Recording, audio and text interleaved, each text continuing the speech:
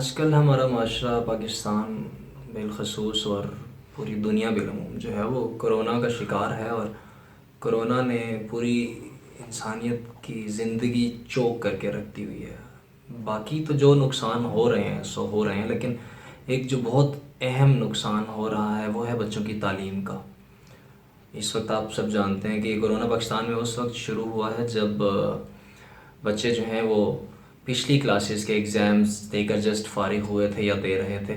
All of sudden جو ہے وہ اسکولز بند ہو جاتے ہیں، آن لائن لوگوں کو ریزلٹس تو مل گئے ہیں یا بچوں کو نیکسٹ کلاسز میں ویسے ہی پروموٹ کر دیا گیا ہے، لیکن اب ہمیں یہ معلوم نہیں ہے کہ اگلی کلاسز کب سے کمنس ہوں گی، اور اگلا جو سال ہے ایجوکیشن کا وہ کہاں جائے گا، کب جائے گا۔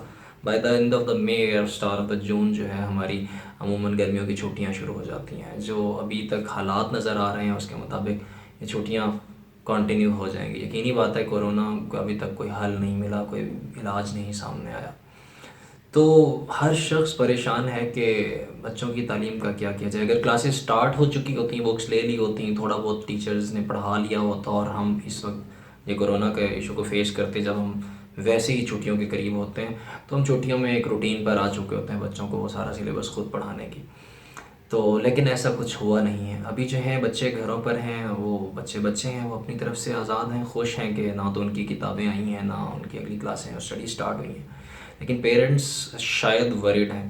لیکن میں حیران اس بات پر ہوں کہ پیرنٹس ورڈ اس بات پر نہیں ہیں کہ ان کے بچوں کی تعلیم کا کیا بنے گا اور کیا ہوگا۔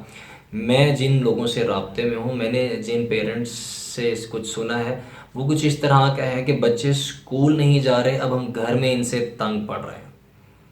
آپ اندازہ کیجئے، اپنی ہی اولاد کے گھر ہونے پر ہم ان سے تنگ پڑ رہے ہیں۔ میں نے پیرنٹس کو یہ کہتے سنا ہے کہ پتہ نہیں یہ اسکول کب کھلیں گے اور ہماری جان چھوٹے گی۔ Not a single one ask me کہ بچوں کی تعلیم کا کیا ہوگا، یہ سال ضائع ہونے جا رہا ہے، ہمارے بچے پڑھ نہیں رہے ہیں، نہ ہم نے کتابیں خریدی ہیں، نہ ان کو اساتذہ اس طرح سے اویلیبل ہیں۔ یہاں پر میں دو چیزیں آپ لوگوں سے شیئر کرنا چاہتا ہوں، ڈسکس کر لیتے ہیں ان کو۔ تعلیم جو ہے وہ دو قسم کی ہوتی ہے، ایک فارمل ایجوکیشن اور ایک انفارمل ایجوکیشن۔ فارمل ایجوکیشن وہ ہوتی ہے جو ہم اپنے بچوں کو وردی پہنا کر، بستہ دے کر، کتابیں دے کر اسکول بھیجتے ہیں، اور وہاں پر وہ ایک مخصوص وقت تک رہتے ہیں اور اساتذہ جو ہیں انہیں نالج ڈیلیور کرتے ہیں۔ اور ایک ہوتی ہے غیر واجبی تعلیم، جو ہم اپنے بچوں کو دیتے ہیں، معاشرہ ہمارے بچوں کو دیتا ہے، جو ہمارے بچے پارکس میں، پڑوس میں، رشتہ داروں سے ملاقات میں، اپنے ماحول سے پڑھتے ہیں، سیکھتے ہیں۔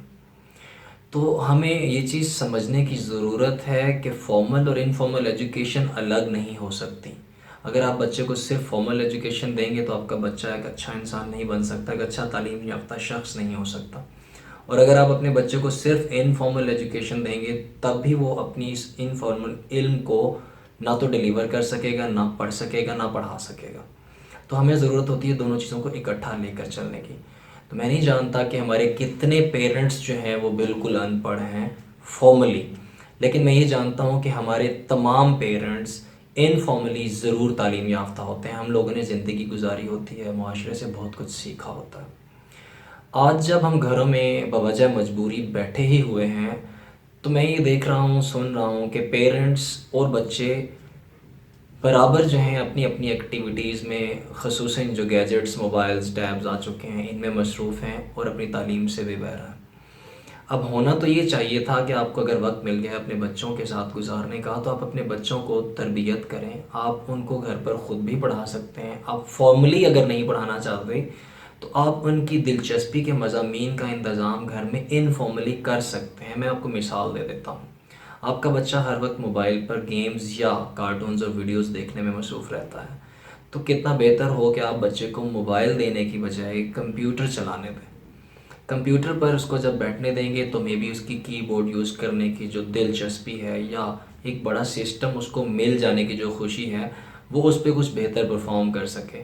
بچے یاد رکھیے صرف پرفارم نہیں کر رہے ہوتے، بہت کچھ سیکھ رہے ہوتے ہیں، اور اس کے لیے بڑا آسان سا طریقہ ہے۔ اگر بچے کارٹون یا ویڈیوز میں ہی دلچسپی رکھتے ہیں تو آپ انہیں اجازت دیجیے، لیکن اس سے پہلے آپ انہیں کچھ ٹاسک دے دیجیے۔